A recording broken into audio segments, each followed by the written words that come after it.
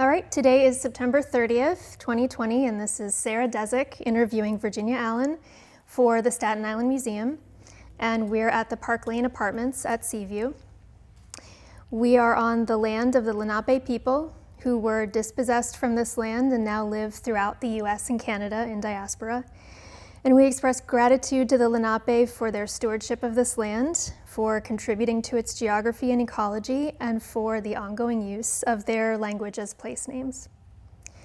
Virginia, can you say your name and give yourself a brief one-sentence introduction?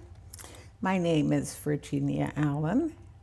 I live at Park Lane at Seaview, which is an apartment that was designed for seniors. It was previously the nurses' residence when Seaview Hospital was built. Thank you. And we will talk about that in a little bit. Are there any lineages or family history that you would like to describe and bring into this interview space today? Certainly. My reason for being at Seaview was because my aunt, Edna Sutton Ballard, worked here. And as a young girl, I admired my aunt. And I came to New York, Staten Island to be exact, to live with her and to go to nursing school. So she was my mother's sister. There were 5 girls and 2 boys, 2 men. But my uncle was a plumber, licensed plumber in Washington, D.C.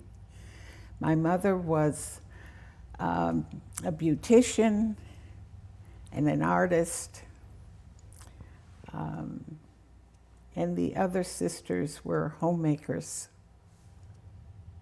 But Edna was a nurse, and I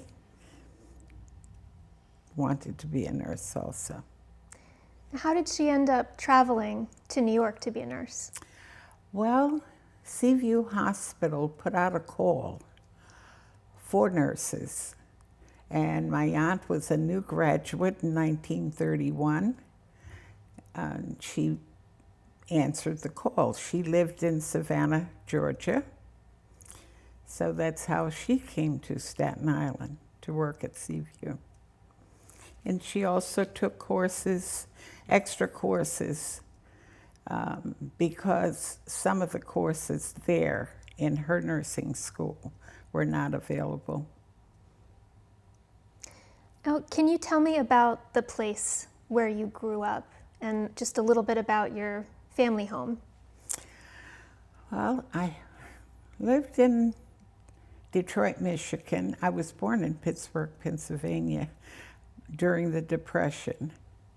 And my parents moved to Detroit, Michigan. My father worked in the Ford Motor Company. And I'm sure we were poor, but I didn't know it.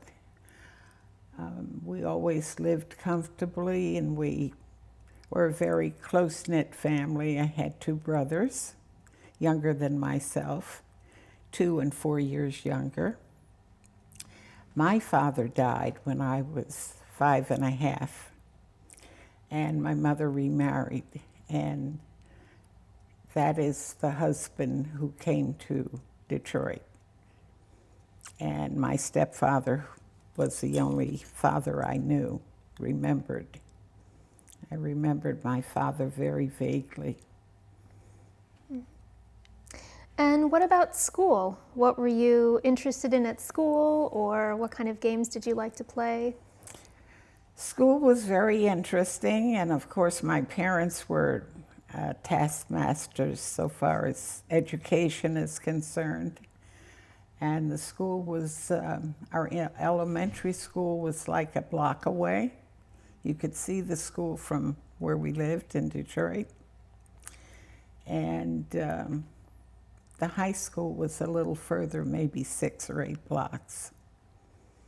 But I enjoyed school. And I think I excelled because I graduated at 16. from Pershing High School. Yeah. Was it typical for students to graduate that young?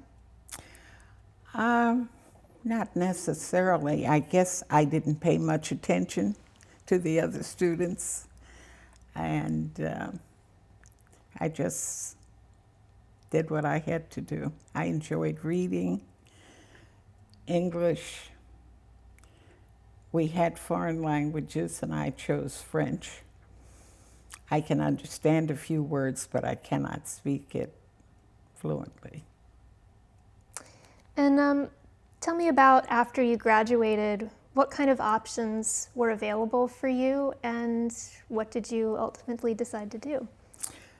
Well, I wasn't really thinking about many options, but I knew my aunt lived in New York, and I asked my parents if I could come to live with her and go to nursing school. And that's what I did. I came to Staten Island, and the next day or so after arriving here, I signed up and I started working as a nurse's aide. And I went to nursing school through a program set up by the Department of Hospitals on Welfare Island for practical nurses. And that's how I received my nursing license. What was it about nursing that appealed to you? I enjoyed taking care of people.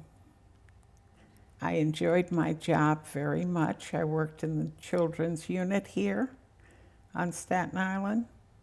And at that time, I wasn't aware as I am now about the dangers of tuberculosis. And I just did my job. And when you moved to Staten Island, can you describe your aunt's house and the neighborhood that it was in? Yes. It brings back fond memories because I used to walk from my aunt's house here to work. She lived on Bradley Avenue, 358, which now has 6 houses where her house was. And it was a two-family house with a big backyard. She had a beautiful garden. I learned how to garden from her. Flowers and vegetables. And it was very peaceful.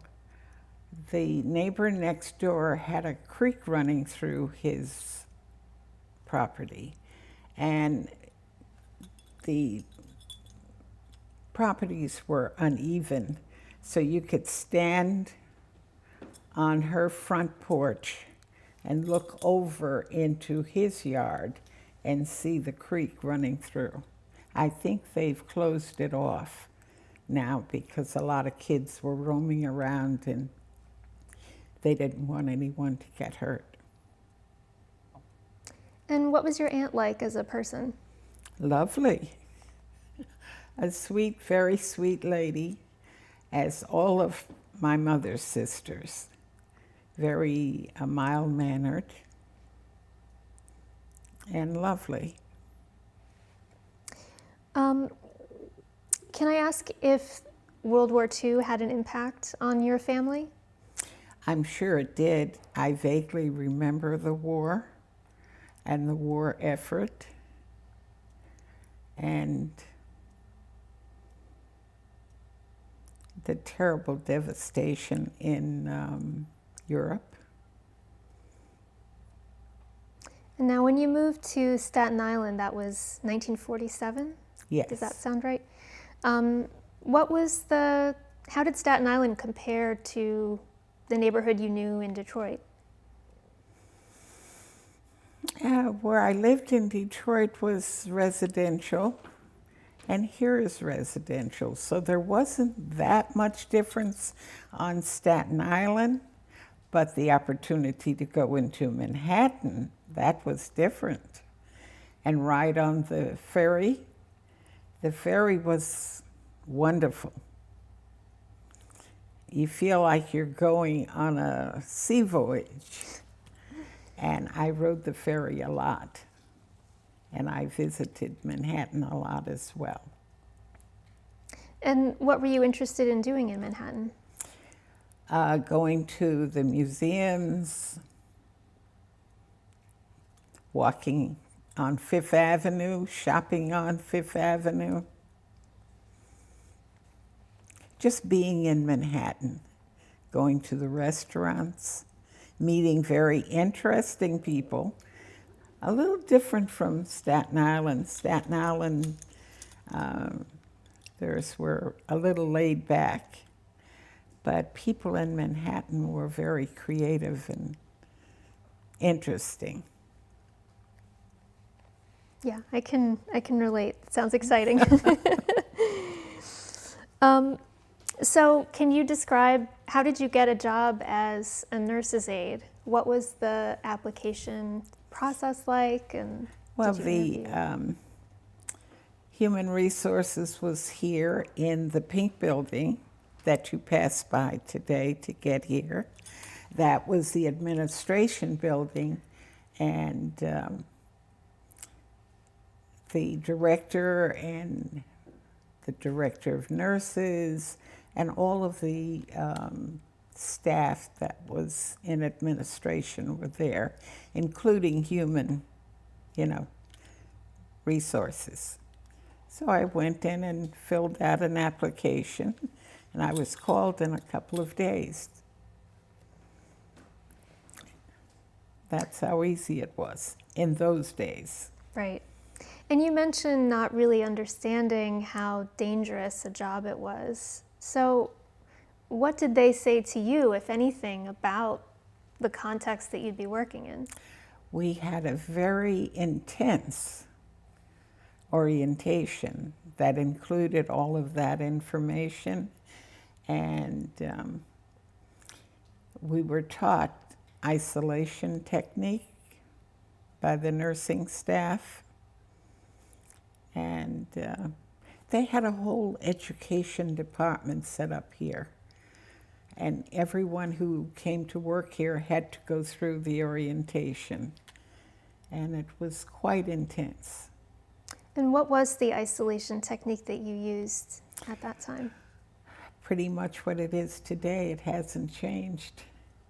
How to use masks and gowns and gloves. They weren't sterile unless you were doing dressings or something that needed to, sterile technique. And so you had disposable items, or were they No, washable they were items? not disposable in those days. The gowns were washed. Gowns and masks were washed in the laundry. They had a big laundry service here. Everything that you needed to run a hospital was right here on the grounds. That big power station that you passed when you were coming into the grounds powered the whole campus for heat and hot water. And everything was washed, sterilized, and then we used it over and over again, including the gloves. Everything is disposable these days. Mm-hmm. So that's why we have so much in our landfills. Yeah.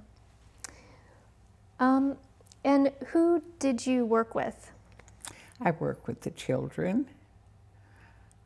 There was that big white building that the fire department has demolished now.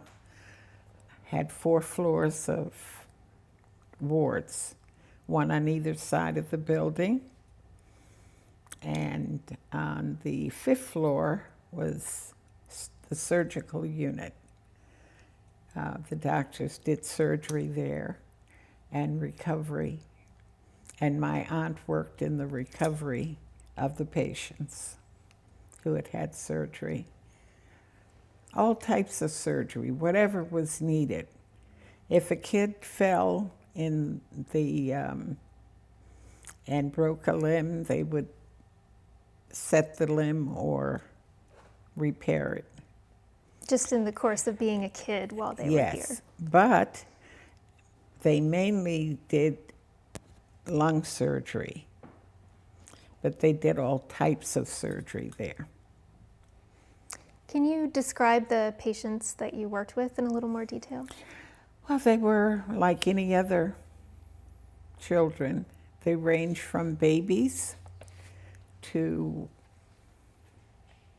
at least 16,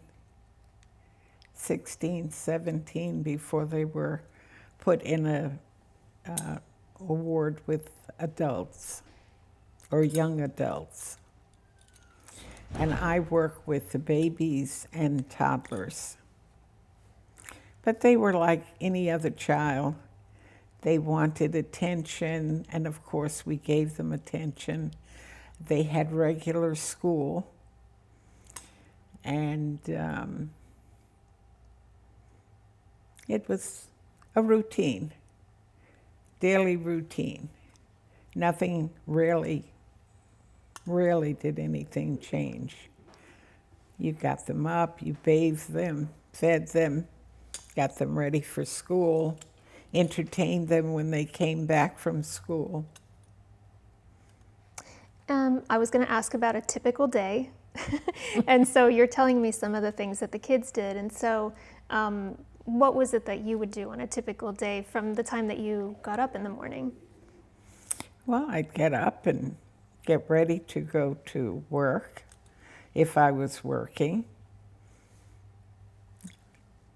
Activities of daily living, which all of us do. And I would walk to work because it really wasn't that far. I did a lot of walking when I was much younger.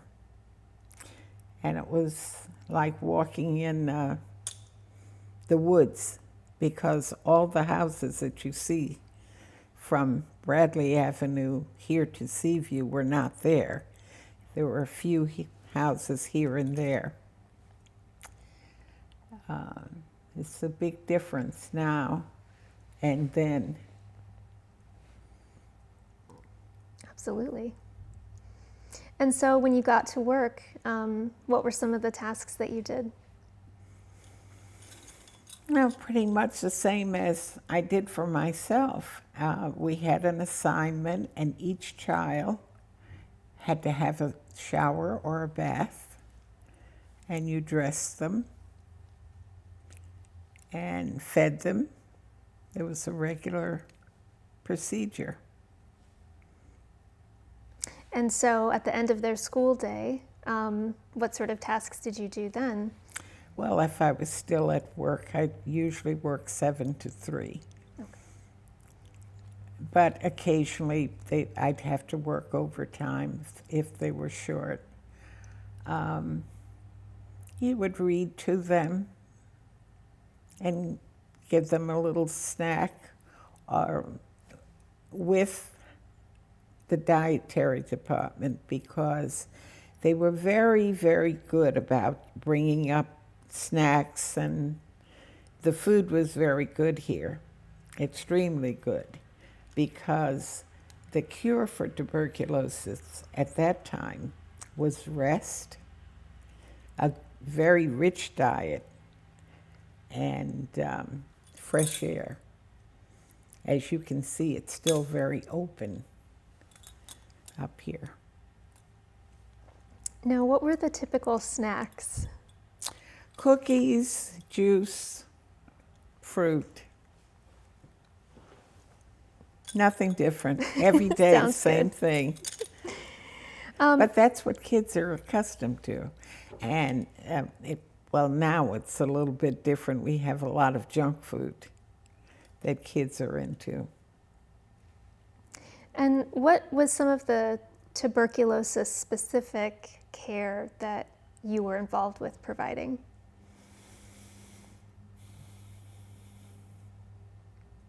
Just making certain if I worked in isolation, Most of these children were not in isolation.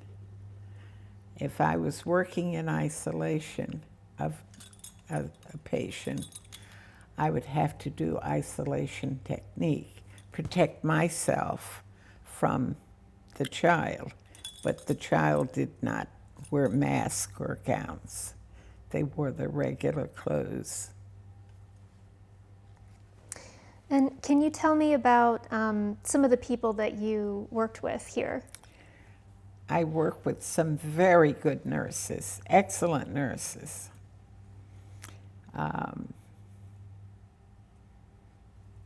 Miss Green, and don't mind me, I'm thinking of names now. Miss Dennis. Miss Dennis was very stern. Miss Green was a little more relaxed, but Miss Dennis was a lovely person, but she had very staid in her personality, but all of the nurses were professional, well-trained, and I became friends with most of them that I work with here in the children's building. And they were like aunts to me because I was very young when I came here to work. So I was like their daughter or their niece. I had a very good relationship with them. And do you remember at the time people referring to the work that you and these other women were doing as the Black Angels? No, there was no such terminology at that time. I should correct myself. As a young nurse or nurse's aide, that terminology became I should tell this little story about my aunt and her Christmas cards. My aunt received an enormous amount of Christmas cards. And in those days, you hung them up on the wall. So I was helping her hang them up.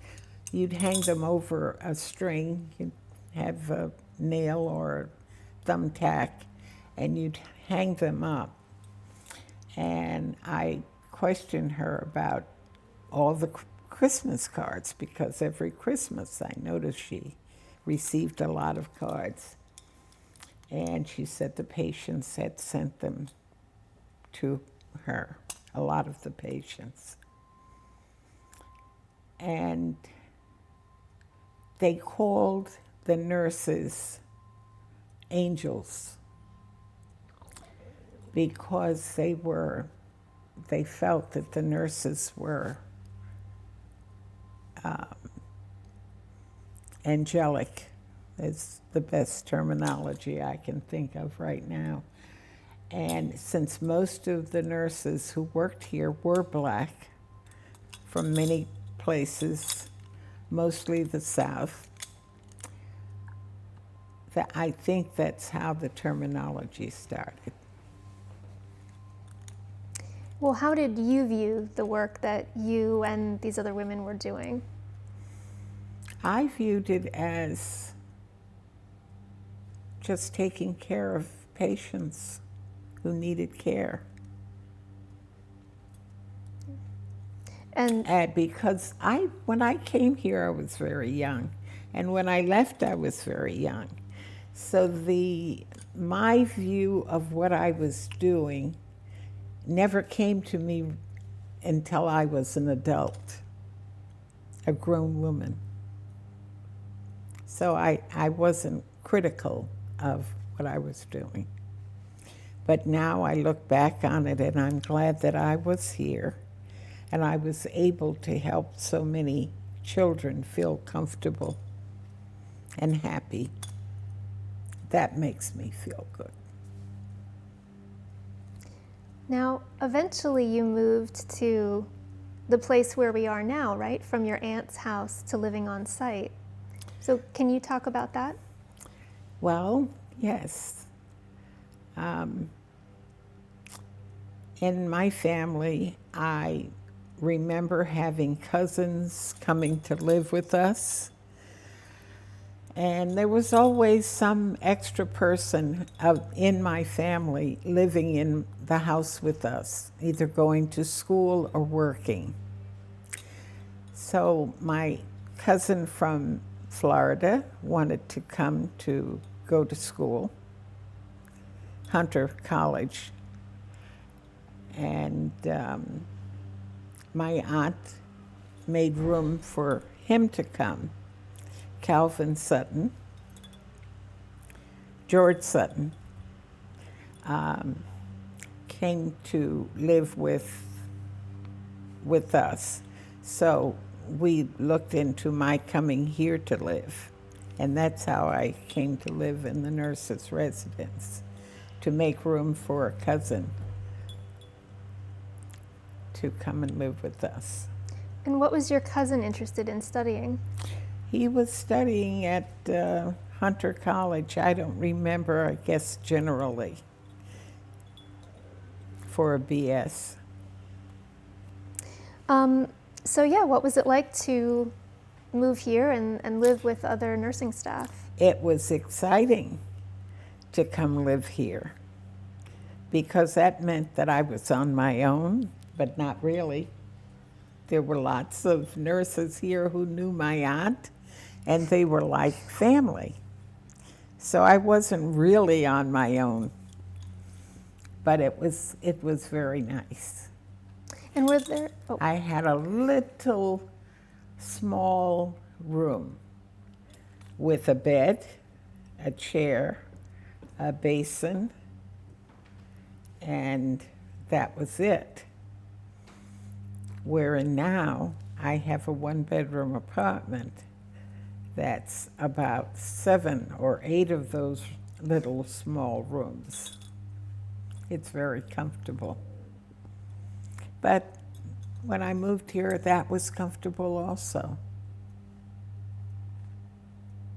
and what kind of things did you do with the other staff who lived here?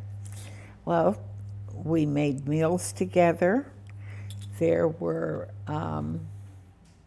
common rooms where the nurses would meet, and like a day room, and make food, and we would eat together.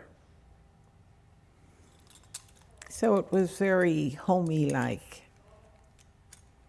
And what kind of foods was everybody cooking?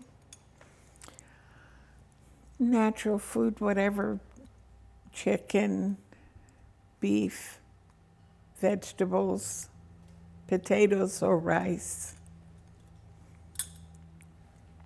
The same thing I eat now. And were you able to learn other kinds of lessons from these aunts that you lived and worked with? Well, I learned more about where they were from. They had clubs. All the nurses had clubs, different clubs, like the nurses from North Carolina or South Carolina or Atlanta. They had little clubs where they met, played cards, and if some of them had bought a house and lived off the grounds, they would have birthday parties and other parties there. And they raised money for the schools from the little towns that they came from. So they would have dances in Manhattan at the Savoy Ballroom. So I learned how to go up to Harlem very young. It's one of my favorite places to visit also. So in a sense, you learned some civic education, maybe. Yes. Mm-hmm.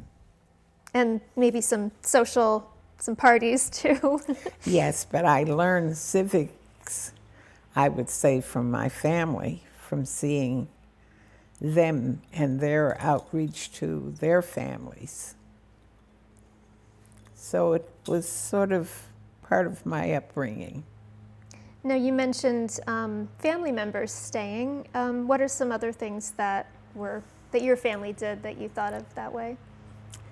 My mother played the piano, my brother played the piano, my stepfather played the piano, so we had our entertainment in the home.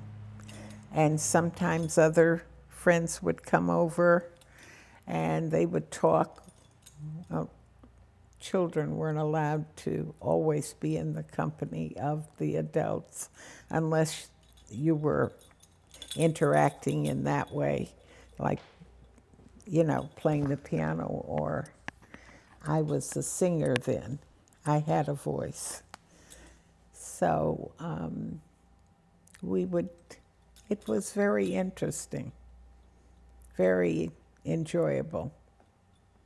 What kind of songs would you sing?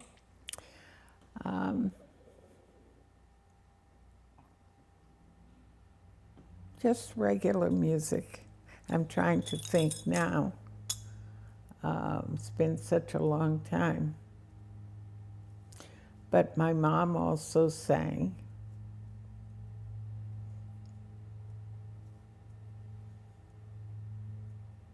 Isn't that something? I can't think. Well, you'll think about it, and Yes. it'll come to you in the middle of the night. When you become 91 and you've done so many things, but I would sing, whatever was called upon to sing at that time. Well, generally speaking, did your parents have a means to play music or a radio, or were they songs from like a church space or something like that? We had piano, always had a piano. As a matter of fact, when I moved here, I had a piano.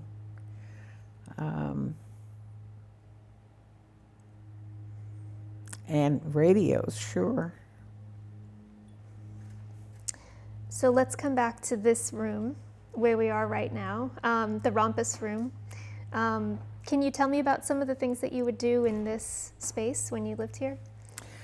When I lived here, this room was the entertainment room for the nurses. We had a baby grand piano in this room, and we met here to congregate and receive guests. And there were teas here from time to time. No guests were allowed in the building without passing the matron, who was in what is now a studio apartment. And we would receive our guests down here. So were you able to, was this a major space of socializing for you in terms Yes. of meeting people outside of the nursing home? Meeting people here and then going out. This is called the Rumpus Room. And it's a crazy sounding name, meaning, a joy, I think, a joy, a place where you congregate and meet people. I did look it up, but I've forgotten what it means. I think that's what it means. Mm-hmm. It sounds right. Mm-hmm. There were a few other people that you'd mentioned when we talked on the phone that I wanted to ask you to speak about your relationship with them. There was Sarah Lott and oh yes, yeah, yes, mm-hmm. and Sarah Tennessee Baker and Irene Noble. Irene Noble was the name I was trying to remember before. Miss Noble was in the intake ward where the children came in first. That's where we first took them in. She was a lovely lady, a very good nurse, As I said before, I am fortunate to have been in the company of all these good nurses. They taught me a lot. And it made my nursing experience, when I left here, very rewarding. I felt comfortable and confident no matter where I worked. Now, you said that you took advantage of a program to go to nursing school while you were here. Can you tell me about that? It was one of many schools set up by Department of Hospitals. First, they had a program that was set up in each of the city hospitals to train nurses' aides and orderlies how to become licensed practical nurses, but they could only practice here or in the city hospital where they were trained. The school that I went to was one of the best schools in the country at that time, its level of teaching. And I was there for 18 months and very highly accredited. And I was one of the in the top 10% percentile when I took my boards. So it was a really good school. Mm-hmm. And I met, it was a work-study program. So when I finished over there for, say, 6 hours, I had to travel back here and work 8 hours. That was a long day. But I survived it, and I'm in excellent health. I never contracted tuberculosis, but some of the people who worked here did, and they had to stop work and be treated. Some of them made it and some did not. Can we talk about the tuberculosis treatment trials that happened here? I wasn't really that sophisticated then to know that much about the trials, only that we had to be very careful in collecting specimens from the patients and keeping them in a certain order. Of course, I did whatever we were asked to do, part of my assignment, and thank goodness they did find the cure. Dr. Robacek and Selkoff, Dr. Selkoff, I think his name was. Dr. Robacek got most of the credit. You remember his name before the other doctors. And so what was it like to be here when that news broke? It was a wonderful time. The patients were exhilarated. The staff was happy. Everyone was joyous. It was a wonderful time to know that the patients could take medication and not have to be confined to the grounds. And that was wonderful. I'm happy I was there during that time. And how did your work change once that, and how did Seaview change once there was that news? Well, I would say Seaview more or less changed because I had decided early on that I would work here, but I would want to go other places to work and learn more. But it did change Seaview because the patients were able to go out, go home, and take the medication, and it did work. And it has been working over the years. But people have become very lax. Tuberculosis is still a very, very potent disease.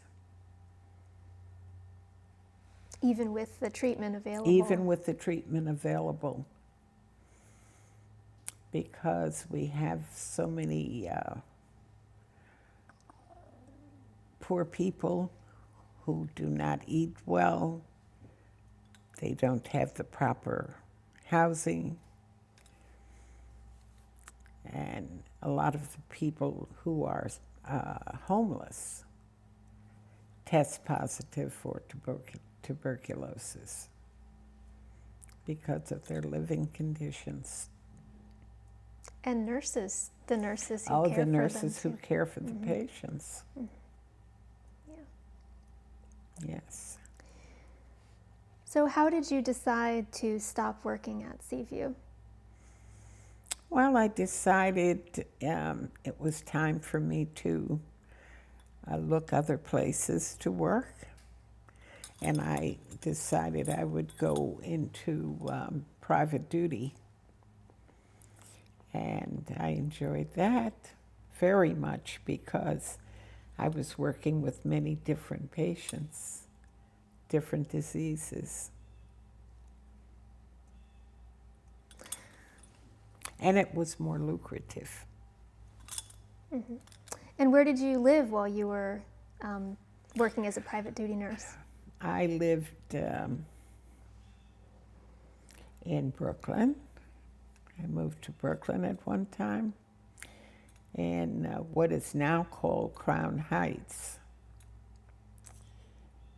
That was exciting living over there. I like being able to go into Manhattan often, and it was much easier to get to Manhattan from Brooklyn. Brooklyn has its own lifestyle also. And when you moved to Brooklyn, were you living with a few other young women at the time, or what was the situation No, I there? had my own apartment. And I was active in the community there as well. I had friends there, and we had an organization called Cultural Crossroads that reached out to the community with the arts. I think I've always been involved with the arts. As I look back on my life and life experiences. And how was the political climate of the country changing at the time that you moved to Brooklyn and left Seaview?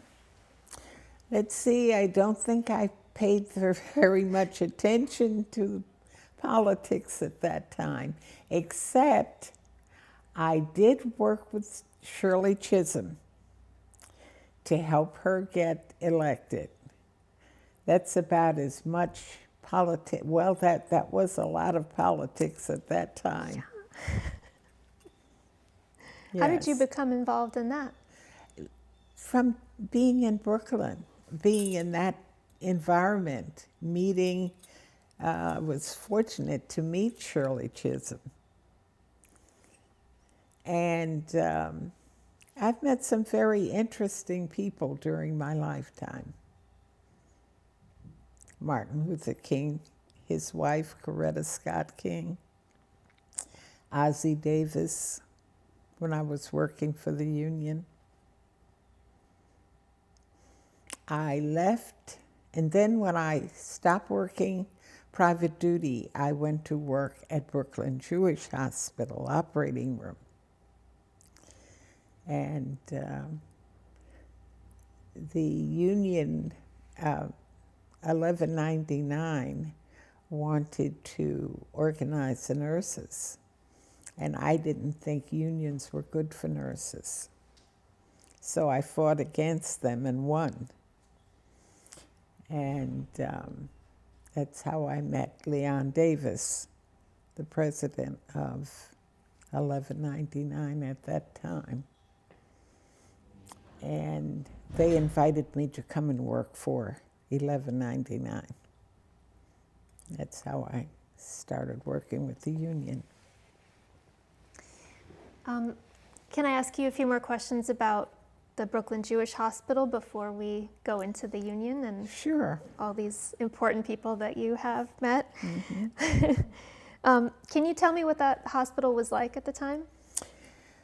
It was a teaching hospital.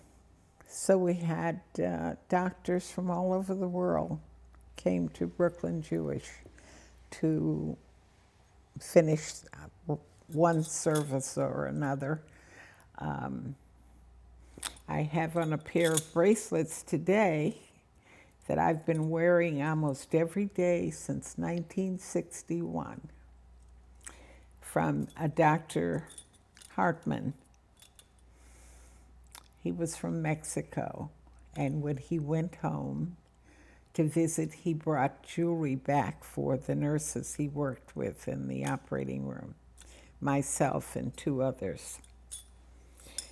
And it was a very enriching part of my nursing experience to work there. I also worked in personnel as a training director, doing interviews and orientations of new employees. And my understanding is that this was one of the best hospitals in the nation at the time. It was. And how did that impact the nursing staff? I think we enjoyed working there because it was, I know I did. I enjoyed my job tremendously. And all the other nurses that I was working with at the time. Should I take a break now? Oh, would you like to? I'm looking at Michael. Oh. I'm okay for now. Oh, Are you okay? Yes. Yeah, okay. All this is going to be edited, I assume. Yeah, we can take out these couple sentences, don't worry. Okay. So yeah, you were just describing what it was like to be a nurse at Brooklyn Jewish Hospital. It was quite exciting. And it was also a learning experience because I was working with people that from all over the world, which is in itself an education. I just love learning. So some of those people became my lifelong friends. And we had a very, very good, close relationship with the people we worked together with. And how is that different from, or how did that compare to the kind of close relationship that you had here with the fellow nurses and nursing aides? I would say it was comparable because you're in close proximity with people and you learn about them personally and you have some common, commonality, I guess you would call it. And you just learn how to live with and be around all kinds of people. Now, as we were describing the nursing staff here, because of the risk of the work, many of the nurses were Black. Mm-hmm. What was the nursing staff like at the Brooklyn Jewish Hospital? I would say it was predominantly Caucasian. So quite different. Yes, that was the stark difference. So you mentioned initially thinking that nurses shouldn't be in a union. So I wondered if you could explain just your thinking around that. That it wasn't professional, that I guess at that time you were thinking there was a difference in the job category, and a lot of people went along with me. So of course they lost because they felt like myself that nurses should not be in the union. But today it's a different story. I think everybody should be in some type of union or professional organization that has their interest at heart. Now, when you say that you didn't think it was professional, do you mean that being in a union wasn't professional, or that the activities of nurses were not a profession but were something else? I think what I said in the beginning, that nurses should be set apart and not be a part of the union. That was my feeling at that time. That was in the 60s. But now, and even after that, being convinced that the union is good for everyone. Mm-hmm.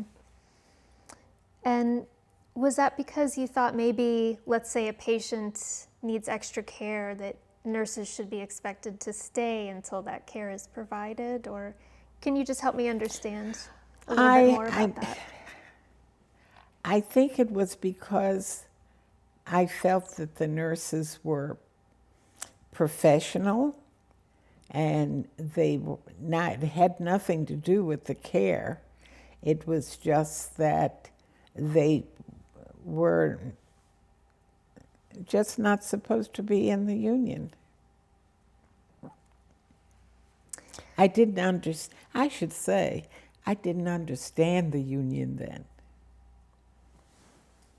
Well, I was going to ask, what had been your experience with unions up to that point? My experience with the union, after starting to work for the union and really get a good understanding of what the union meant for people, I agreed that the union was good for the nurses and anyone else who wants to become a union member.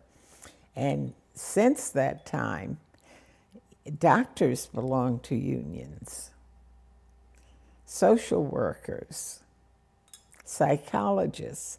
Those were the people I represented once I started working for the union. I worked for the Guild, and we represented the professional workers. Now, did the union have a drive at the hospital where you worked? When you say a drive, a union to unionize people, yes, there was always a drive to unionize people. As a matter of fact, they were trying to organize the social workers. Once I became an employee of the union, we tried to organize the social workers and the psychiatrists, which we did. It was successful. And 1199 is still a very powerful and successful union, and I'm glad of that. I think I mentioned I was a member of 1199 briefly. Oh, did you? Did we talk about it? I didn't remember. But I was a library worker. Yes, and the librarians belong to the union. now, which is great. And I receive a pension a very small pension from the union. So my understanding about unionization efforts in the 1950s and 60s is that 1199 was looking specifically at trying to unionize workers, healthcare workers that were predominantly Puerto Rican or Black, not white healthcare workers, that this was their approach to organizing. Now, is that something that you were aware of as a nurse? No, when I started working for the union in the 60s, we wanted to organize everybody, no matter what color they were or what category. Mm-hmm. So can you take me through the process of deciding to change careers from nursing to working for the union? I thought it was exciting to go and work for the union because it was something different. I was learning something new. And throughout my life, thank goodness, I've always been learning something new and different. So that was my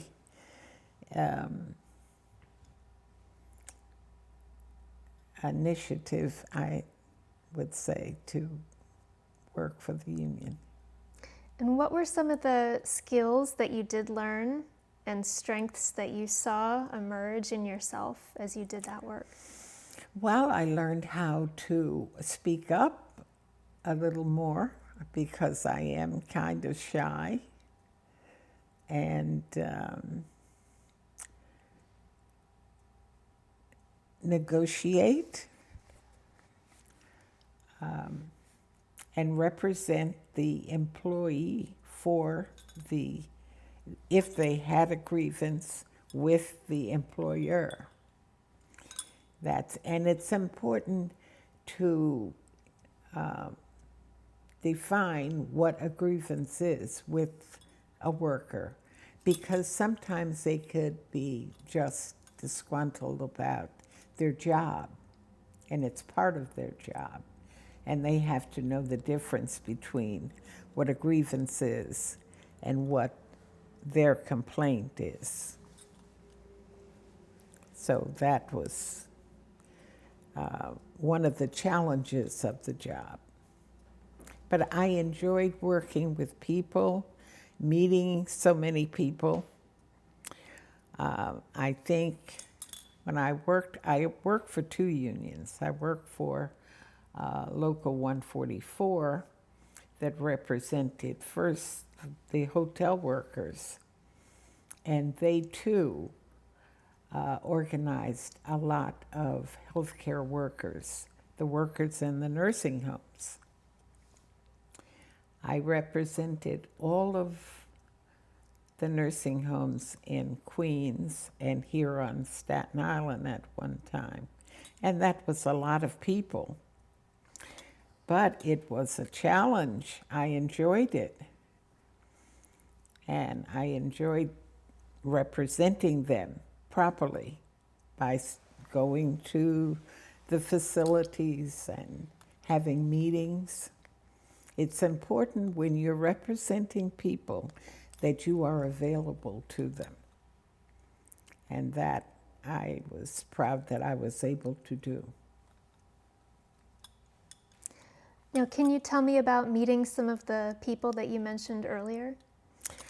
Well, when I was working for 1199, Leon Davis asked if I would be the hostess for Ozzie Davis when he came into town. And the same for Coretta Scott King. And that's how I met them. What does that mean, being the hostess? Meeting them when they came into New York as they got off the airplane, and staying with them nearby, not in their space, but nearby, to take care of any of their needs that they may have while they're visiting, and then seeing them off again. That sounds like such an honor. It was an honor, and it was quite interesting. I have a beautiful letter from Coretta Scott King, who sent me a communication after she left. And I met Dr. King, but not as close. You know, I met him when I was working for the union. How did you get into that position to be asked to be the hostess? I don't know. They probably said she would probably be good at this. That's all. That's only answer I have for you. You got a great call a couple times asking you to do these things. It was. Well, it was an honor to work for the unions. It really was. It was like a college education. It was beautiful. And so you started work in the unions in the early 1960s? Is that Yes. right? And how long did you stay working there? Well, I didn't stay long at 1199 because I had a teenage daughter home. And when you're working for a union, you have to be available early in the mornings, and you may have to work late at night and cover strike areas, and that wasn't good for me. My daughter came first. I needed to be home with her. And where were you living when you were raising your daughter? Here in Staten Island. I had my own house on Harold Street. It was 18 Delmont Street for many years. And then I came home one day, and it was 318 Harold Street. Well, anyone who lives on Staten Island and has seen the growth, they understand the changing of the names of the streets and opening up. Our street was only 3 blocks long, and they opened it up, and it goes all the way over to Forest Hill Road now. It only went to Sunset at one time. So that was an eye-opener. And what work did you do after working for the union? I worked at, after I worked for the union, I worked at Staten Island University Hospital. I decided I needed to not be going into Brooklyn or Manhattan to work. And I worked in the operating room there from 1980, 80 or 81, I have to check the records, until 1995. Now, were there any things that had changed dramatically in the nursing profession when you went back to that work?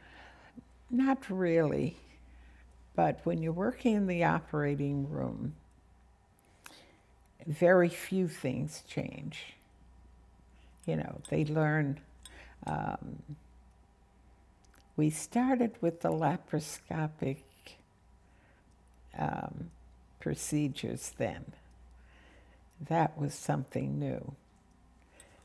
Dr. Dana and Dr. Fursley brought that procedure to Staten Island University Hospital. That was new and exciting, and we're still doing it now. It's a wonderful procedure. Absolutely.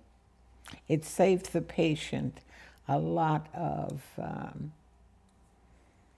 pain and agony. After 2 or 3 days, the patient is back on his feet. Practically recovered.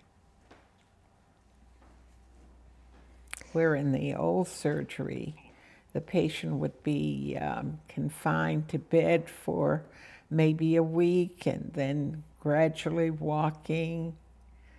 And it was a long recovery from, take for instance, gallbladder surgery.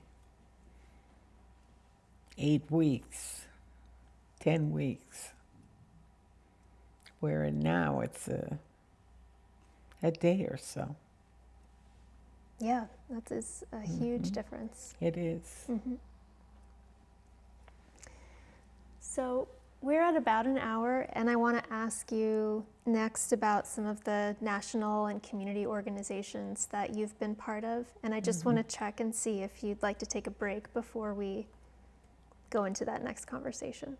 What do you think, Michael? I'm good. I've got 35 minutes before I have to switch, so. Oh, we have time. But maybe I should run to the bathroom. Yeah. Okay, this is resuming the interview with Virginia Allen. Now, you just remembered what song it was that you used to sing around the house. Could you say it now? Trees. And right now I can't remember the author. I think that I shall never see a poem as lovely as a tree. Those were the words that came to my mind. Thank you for sharing A tree that. that looks at God all day. I'm trying to remember the words, but don't hold me to it. So I wanted to ask about something that did happen in politics that I think you would probably be aware of, but just about the civil rights movement in general and the passage of the Civil Rights Act. So what kind of awareness did you have at that time about some of those actions and protests and acts of violence that were happening in the country? It was very sad, the acts of violence. And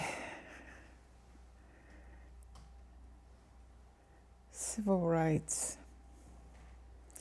We do have more rights now, but not to the extent that we should have. And that's sad to think that men go off to war and come back home, and after being promised so much for fighting in the war, that all of those rights were denied them. They were just wiped off the books.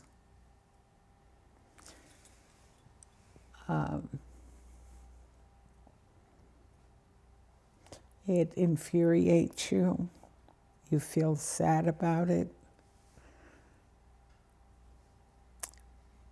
And in many instances, it's still the same, because we have a lot of racism in this country.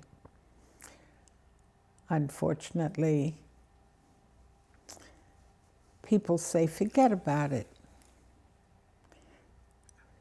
But how can you forget about all of the atrocities that happened in this country and just wipe it off the books? When you go away to fight for the country, for other people's, for your rights and others, and you're denied your rights when you return to the so-called home of the free.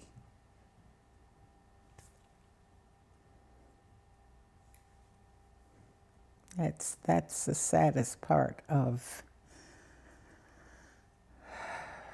the so-called civil rights.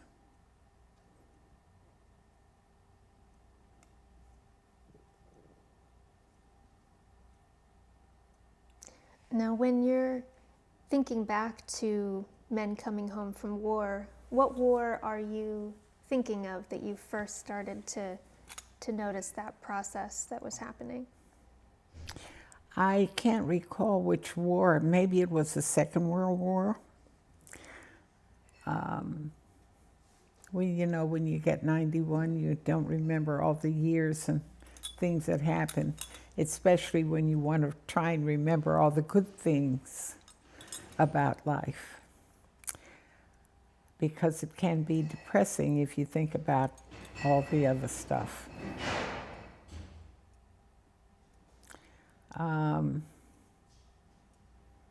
That's when I think it was. And then even with the other wars that happened after the Vietnam War. And there was another one. Can't recall right this second. But we haven't really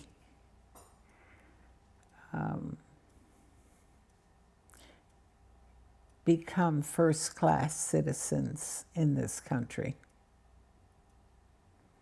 And to be a first-class citizen means that you're entitled to everything that everybody else enjoys.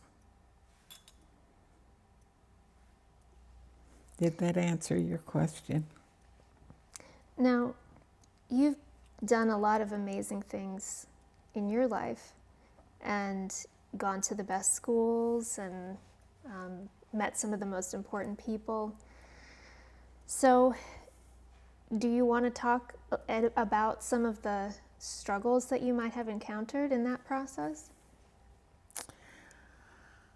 I should say I have been very fortunate.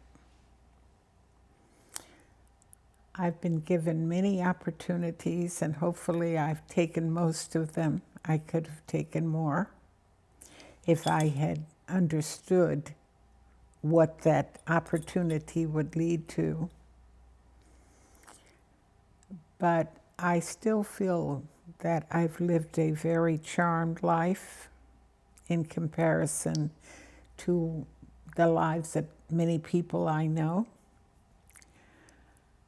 But I think we too, people personally, have a lot to do with how their life unfolds. And I've taken opportunities, and I feel very fortunate to have had those opportunities to live comfortably. And my daughter was well educated, and she didn't disappoint me. She became a nurse also because she wanted to, not because I wanted her to. She was in education at first, but she decided that nursing was what she wanted to do, and she enjoyed it. And unfortunately, I lost her in 2001. The only child. I'm sorry. Thank you. Now, I know from your bio that you have been involved with a lot of organizations that work on a national level and also local level. And I wanted to spend some time talking about some of those. Mm-hmm. So on a national level, I know you were involved with the NAACP, or a member of, and then also the New York Urban League, and then even local organizations here on Staten Island. So can you talk about the role of those organizations in your life? Well, the New York Urban League is a very important organization, especially in education and jobs. And here on Staten Island, we had a Urban League branch, and we worked very closely with providing jobs for people and youth. Grown-ups and youth. And I'm still a member of the NAACP. As a matter of fact, we had our meeting last night. And due to the new technique and technology, I was able to be in my own home and listen to the meeting on Zoom, a Zoom phone call. And some of the members were on Zoom itself. But you know, with the irregularities of Zoom, sometimes it lets you in and other times it doesn't. Maybe we had a quorum of numbers of people who could go on the visual, and I had to go on the phone. But it was an enjoyable meeting. And over the time that you've been involved, what are some of the different kinds of activities or campaigns that have been important? With the NAACP, seeing that the schools were offering the correct curriculum, and unfortunately, sometimes we're not as diligent as we should be as parents. Thank goodness I was an involved parent. But you have to belong to the PTA, you have to go to the school, and of course check with your child to see that they're doing their homework.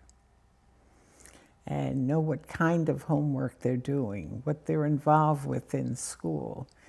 And extracurricular education is important also, because they learn how to become civic in their country, and in the town. And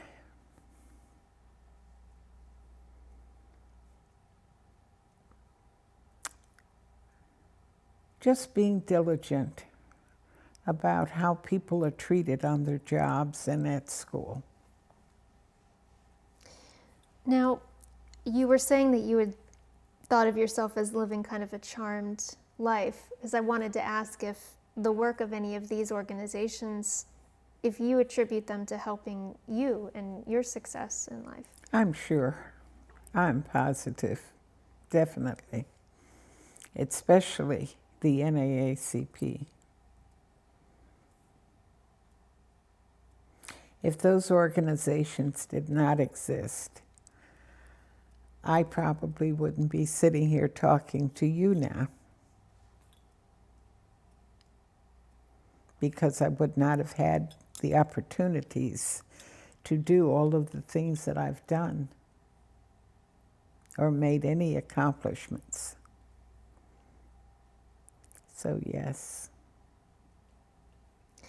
And you were a charter member of an organization here on Staten Island, is that right? Yes, one is the Urban League, and the other one is the National Council of Negro Women, which I'm still a member of. And I enjoy being a member. I feel that we are important in the community. We try to do as much as we can for scholarships and keeping young people engaged and keeping our membership close. So what kind of need did you see for there to be a chapter on Staten Island? It's a section, and as Dorothy Irene Height and the founder, Mary McLeod Bethune, said it's like an orange. It has many sections, and we have sections all over the United States and the Caribbean.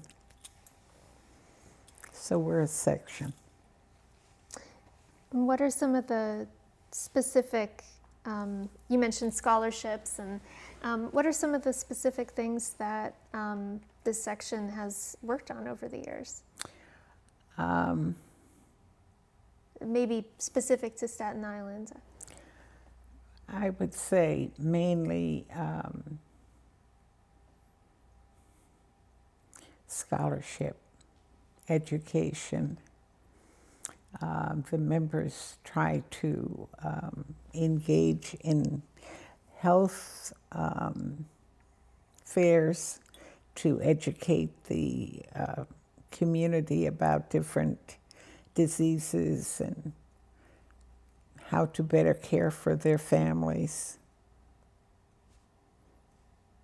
And this is maybe an obvious question, but how is an organization like the National Council of Negro Women able to meet that need better than, let's say, a different kind of nonprofit or a different kind of national organization? Well, we meet monthly, and we do have forums, and the membership brings that information that's brought to them back to their families. So hopefully that helps to educate and re-educate, because we're constantly doing it. It's on an ongoing basis. I know you're also part of a sorority. Is that right? Yes, Lambda Kappa Mu sorority Yeah. for business and professional women. And we were founded here on Staten Island in 1948 by Sarah Tennessee Baker. But we're part of a larger organization that was founded in Manhattan at the Y. Florence K. Norman was the founder. And we still have 15 chapters in different parts of the country. And we will be meeting for a regional conference in November. And what does the sorority do for its members? It's a sisterhood that also helps to support scholarships and continued learning, not only of our youth, but of the members as well. And what do you mean by continued learning? Well, to keep achieving as much as you can and learn as much as you can.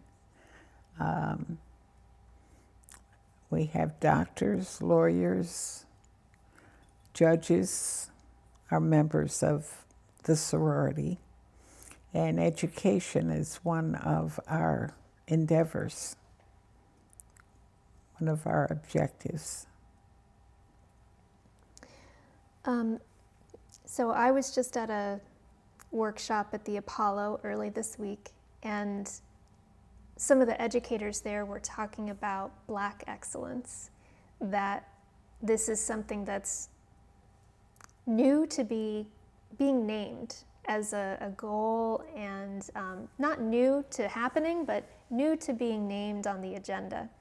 And I wanted to ask your perspective on that, having been involved with so many organizations that are supporting advancement and achievement and education of Black people and, you know, many other people in the world and people of color. What do you think about Black excellence? I think it's been around for many, many years. It just didn't have a name. Surprised to hear that it has been named, but my parents were always very diligent about education and aspiring to be as much as you can be. And I think most Black families had the same objectives, to educate their children as much as possible. Because education puts you in a different level when you know about something It makes you more aware, more confident, because if you don't know, you're unsure, and you make a lot more you make mistakes even being educated, but you make a lot more by not being educated. And education is something that you build on. You learn more. The more you learn, the more you want to learn. And you also support different history organizations, history and culture organizations as well. So I wanted to ask you about those. What are some of the Black culture and history organizations that you're supportive of? I would say all of them, because all of them are, you're learning something in every aspect of that organization. And especially, I think you may be referring to the Schomburg Center, where a lot of research is being done about Black history and the diaspora. So I would say all of them are learning experiences in a different way. And you mentioned before that you're about your daughter's education and keeping an eye on the curriculum. Thinking about the Schomburg Center and the Weeksville Society in Brooklyn and Sandy Ground here in Staten Island, what's your vision for how history should be taught? That's a big question. I think history should be taught just as it happened. We can't change it. Should be taught as it happened. And do you think, like taking your daughter, for example, the history that she was taught, do you think that it included places like this and histories that these organizations are dedicated to? Oh, definitely. Definitely. My daughter was accepted to many colleges, but she chose to go to Medgar Evers. She could have gone away to 10 other colleges. She was very bright.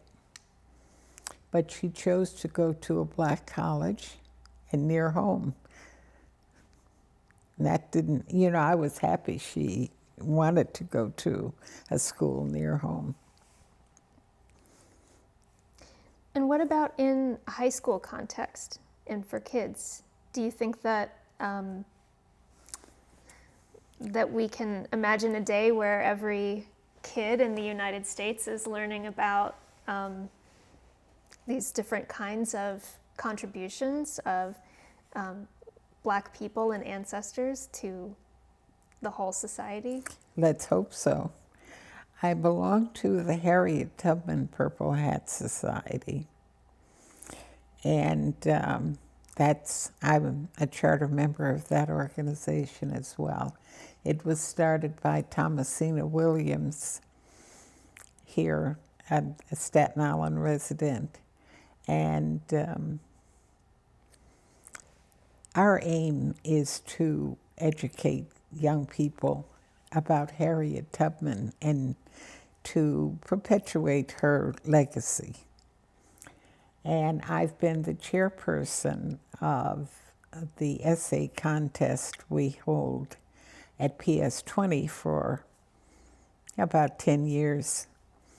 And I notice every year the question is,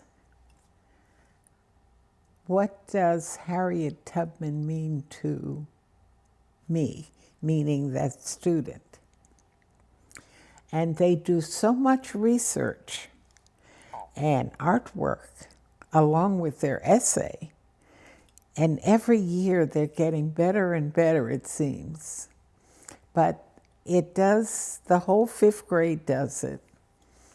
And now we are engaging the 5th grade at PS 78 as well. Only a few students agreed to do it this year, but next year the whole 5th grade is going to write an essay and be in the contest. It's the 1st, 2nd, and 3rd prize. That is tremendous. It is, it is. Lambda Kappa Mu sorority has a scholarship named for Gertrude Farley at Curtis High School, and we have an incentive award named for Sarah Tennessee Baker that we give in the other school, grade school. Well, I just want to point out the fact that where that education might be lacking in school, you and the organizations that you're part of are taking on that responsibility of doing that teaching and introducing that information, it sounds like. I'm hoping that we are being successful in doing it. So I wanted to ask a couple, well, first of all, are there any other organizations that you're a charter member of that I haven't asked you about? No, I don't think so. Okay. Or any other kind of major milestones that, looking back, you want to describe in the interview? I'll probably go to sleep tonight and wake up tomorrow and say, oh my God, I meant to mention that. I wonder if Sarah will come and get this little bit of information. But you know, there's always so much that you just can't think of every single little thing. Mm-hmm. Well, I have a couple kind of bigger questions. Oh, my involvement with the Alice Austin House. I've been interviewed there. That was important because that interview sort of opened the door to some of the things that I do. And I've been interviewed by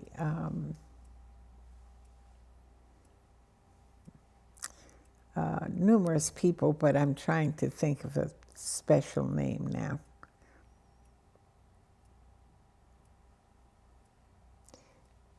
Why don't we take a couple-minute break so Michael can change his... Yes, I'm getting a mental block. Okay, so we took a little break and talked about a couple more of the important figures from Seaview. So I wanted to give you a chance to talk about Staversa Bethel. Can you tell us who she is? Staversa Bethel was a nurse here at Seaview who became the director of nurses. She was from Detroit, Michigan. And in talking to her, I realized her sister was my teacher at school. Don't ask me which course now because I don't remember. But that just shows you, no matter where you go in life, you're going to meet somebody who knows you.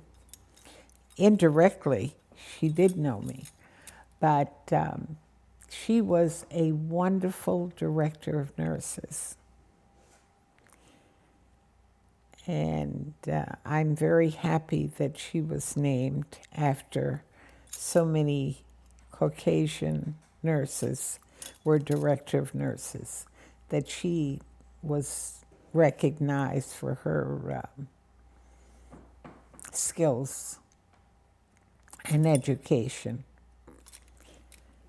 And she was very, very good. she retired and went back to Michigan. And can you say a little bit more about why it was so historic that she was appointed? Well, the majority of the nurses here were black nurses, African American at that time.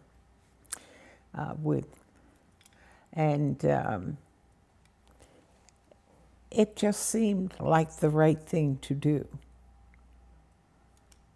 There were nurses here with doctorate degrees in nursing. So why not give one of those nurses the opportunity to serve as director of nurses before going to the outside to bring someone in when you have someone in-house already who is qualified? So that was a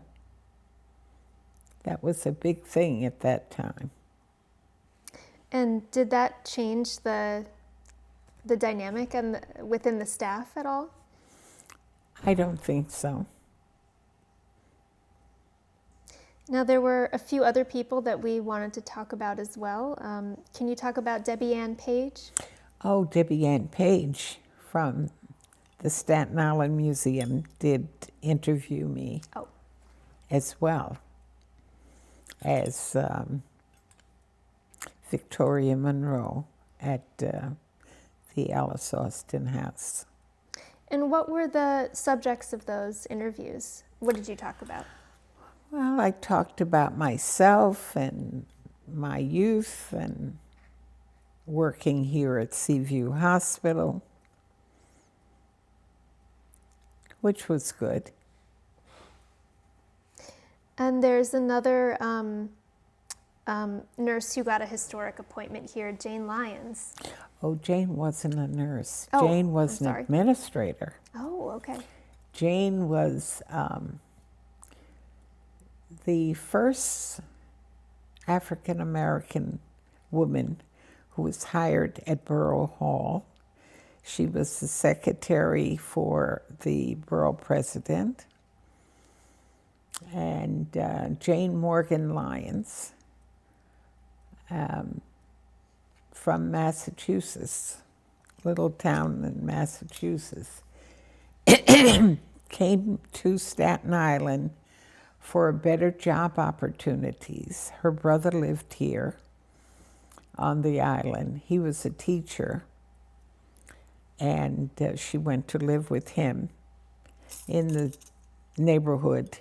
We call this Nanny Goat Hill, this particular area up here, because many people who lived around here owned goats for milk and etc. This was a kind of a country town when I first came here.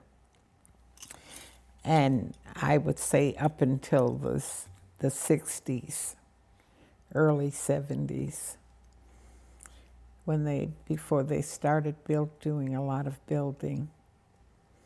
And Jane was hired by a department, Health and Hospitals, as the director of Seaview Hospital, which it included Farm Colony. I think it included Farm Colony, but all of Seaview grounds. And that included the new nursing home, the Robichek Center. And she was, I think she was here for 14 or 15 years, and she retired from here. When I say here, I mean Seaview Hospital. You know, when you're sitting any place on the grounds, it's Seaview. It hasn't changed. For me, it's still Seaview Hospital, although the Robichek Center is new. They had to take down 4 buildings, 4 pavilions, to build the Robichek Center. I think it's has 300 and some odd beds. It's a big facility. And Jane brought in, when she was director, the trauma unit. Sometimes people forget who started what, but Jane brought in the trauma unit, which is quite big. Patients come from all over for treatment there. And Jane was my good friend. We were like sisters. Friendly before and after she was the director. We were neighbors. Are there any other friends that you want to mention that have been important and seen you through this amazing life? Caught me off guard. I have many, many friends. Alice and Viola Anderson. They were like, all of the nurses were very, very close. Miss Hightower, who was a neighbor right across from my house, but we also worked here at Seaview Hospital. Mrs. West. I could name 20 names, but they're not coming to me right now. Miss Shoemate.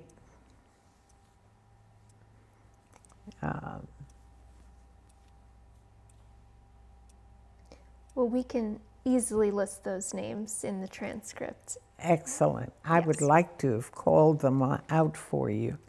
I have them listed upstairs if I had known. Mm-hmm. But I would like you to list them for me. Mm-hmm. We can do that. Now, do you remember when the Seaview Museum opened? Very well.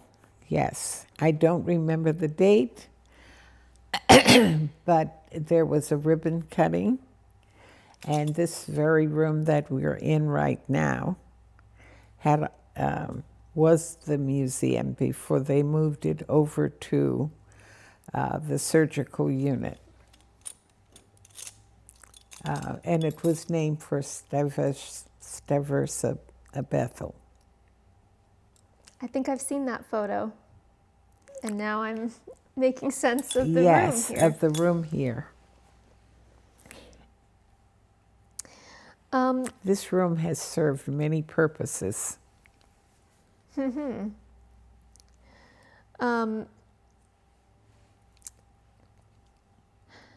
So I wanted to ask you about, well, first, let's pause and hear from Riley and Gabby if they have any questions for you that they want to ask. I have questions, but I have one too. Do you want to go? Mine's like a little bit off topic, but before I met you, Virginia, and I knew the incredible life that you have led, I saw you and I said, this woman is a woman of taste and style. And I noticed from the get-go the way that you dress. How did you learn to put together how did you learn to express yourself in this way, especially coming out of a career in which I'm assuming you had to wear uniforms all the time? Well, I must say my mother was a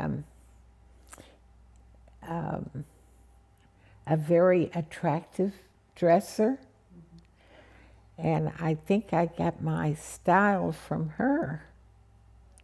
My mother was sometimes mistaken for my sister.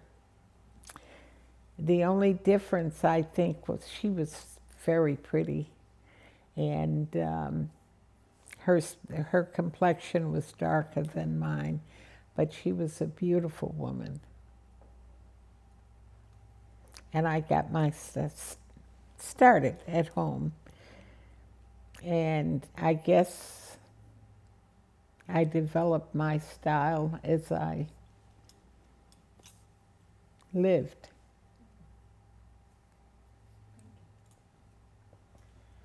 I have a specific question. We were talking before about this room, about how there was sort of a chaperone or a matron, right, that screened your visitors. So what happened if you wanted to go on a date? How did that work? Well, usually the date came to pick you up Okay. here. And that's where that's how I went out. The dates came to pick you up.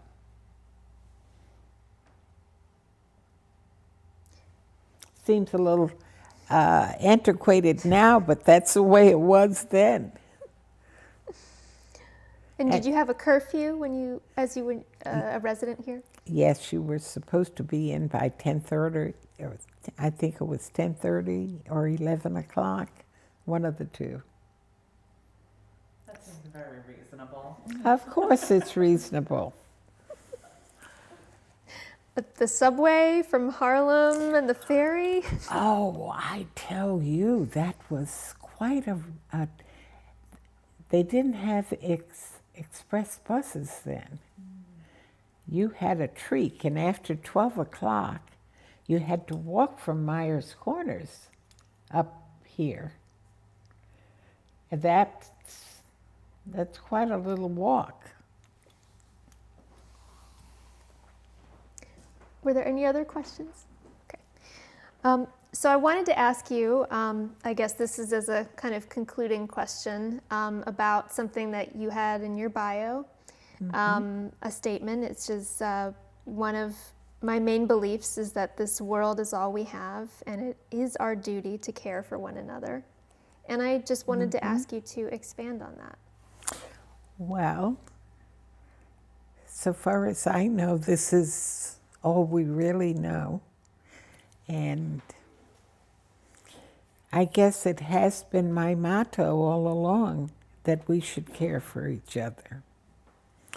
Especially now that I'm an adult, when I became an adult and realized how important it is to really care for each other by loving everyone and meeting everyone, excuse me, meeting everyone as an individual. Don't prejudge people.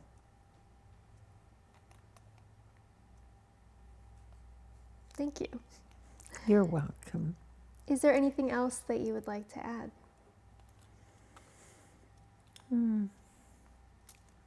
I just wish the world could be more peaceful and people realize how destructive war is. I think we can all get behind that. Great. Thank you so much, Virginia. Oh, thank you, Sarah. I appreciate your thinking that my story is worthy enough to interview me. Of course, and thank you to Gabriella and Riley and Oh, absolutely. Michael for And Michael. I want to clap. I know. Oh, stop. All the little blunders I made No. and can't remember this and that. Terrible. Can we get a photo together? Oh, all of us. Okay. Virginia, can you tell us about Women of Achievement? That was really a very, a big surprise to be invited to be a Woman of Achievement. That was 2005. Because I knew so many women who were Women of Achievement, like Jane Lyons, who's my dear friend, Sarah Tennessee Baker,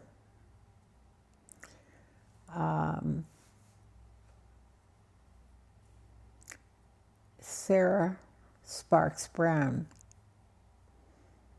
who was also one of my sorority sisters. So when I got the call from Mr. Leyline announcing to me that I was voted as Woman of Achievement for 2005, it was a great honor, because that is the highest award that any woman receives here on Staten Island. And I cherish it.